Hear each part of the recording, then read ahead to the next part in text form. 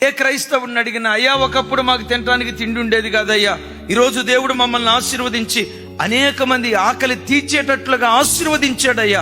ప్రతి క్రైస్తవుడి సాక్ష్యం చెప్తాడు.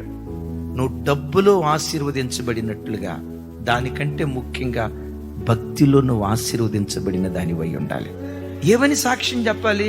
అయ్యా ఒకప్పుడు నాకు ప్రార్థన అంటే మనసు ఉండేది కాదయ్యా. ఎవరిని బిడ్డలారో చూడండి, ఒకప్పుడు ప్రార్థన అంటే నాకు మనసు ఉండేది కాదయ్యా.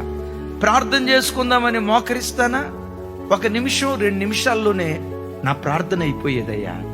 ఈరోజు ప్రార్థనలో ఎంత ఎదిగానంటే, ప్రార్థన చేద్దామని మోకరిస్తే గంట సేపు చేసిన 2 నిమిషాల క్రితమే మోకరించినట్లు అనిపిస్తుంది అయ్యా.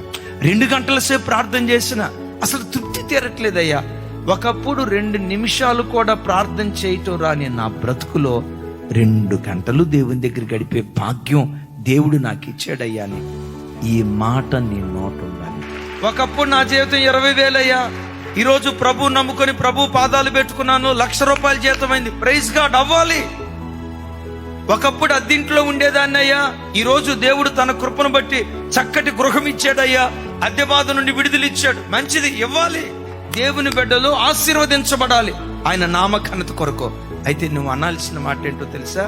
ఒకప్పుడు 3 నిమిషాల ప్రార్థనా జీవితం కూడా లేని నా జీవితంలో Download ShareChat.